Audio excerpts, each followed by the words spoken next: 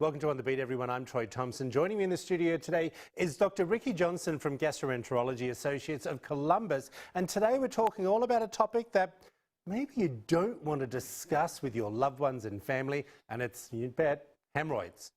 How are you, my friend? Well, thank you, Troy. We really do talk about some strange topics with you, don't we? This is what happens when you have a gastroenterologist on your TV show. Exactly. Yeah. All right.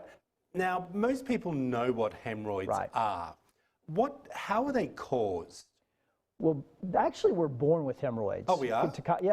Contrary to common thinking. So everybody has hemorrhoids as part of human anatomy. And basically, hemorrhoids are just a venous kind of plexus of veins around the anus in the lower part of the rectum. And so everybody has hemorrhoids. It's a matter of whether they get engorged or enlarged enough to cause any symptoms. So it's a bit like a varicose vein. We all have varicose veins, but sometimes they're protruding, they cause pain.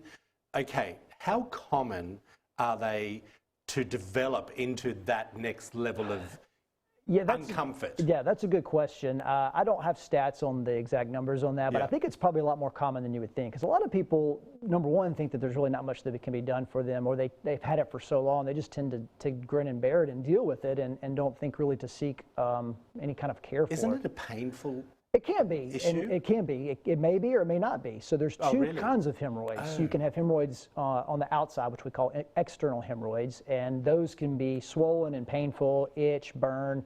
Internal hemorrhoids, on the other hand, are kind of inside of the anus and the rectum, and those generally don't hurt. They don't cause any kind of pain or discomfort like that.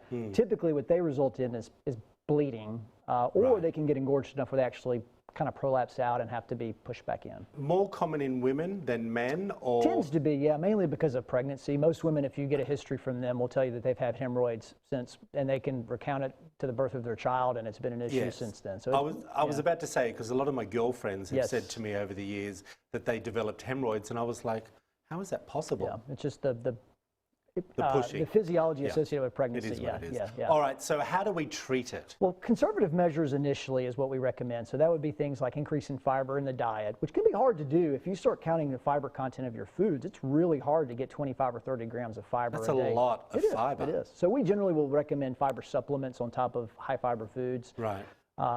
A common one I like to tell people is avoid sitting on the toilet for longer than 2 minutes. So 2 minutes on and off the toilet. You've said that before, we tend to take our devices and books and whatever and kind of park on the toilet while we have a bowel movement. And that's probably not the best thing. So I tell people leave your devices to the side and try to get on and off. If you don't have to go, then come back later. Let it happen naturally. Exactly, instead of forcing it. Some people just feel like they have to have a bowel movement every morning, and that's not necessary. If you don't have to go, you don't have to go. Just come back later. So those are the typical things we do conservative-wise first.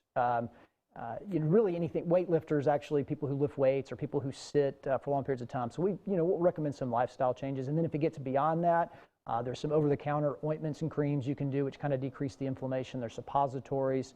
And then beyond that, you get into more procedural-based treatments, which historically has been a hemorrhoidectomy that's performed by a surgeon. Oh, wow. Yeah, which can be kind of painful and gruesome and has some lingering effects that are not I was about to say, if you start having to go under the knife, or is it done with laser?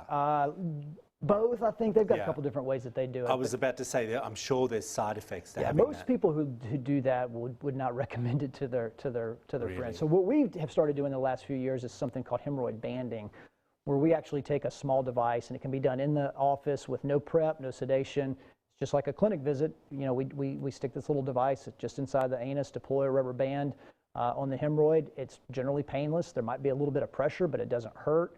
And that's it. It all sounds very painful. Well, all of it. This is the banding that we do is not actually very painful. Yeah. But just the thought of all of that. And that's why people are discouraged from doing anything about it, because they think that the treatment is going to be so miserable. But banding's we found it to be very, very effective. Well, we appreciate you always touch a topic that we don't like to talk about, right? That's right. Okay, thank you so much. Yes, thank you. You want to find out more information? There it all is up on the screen for you.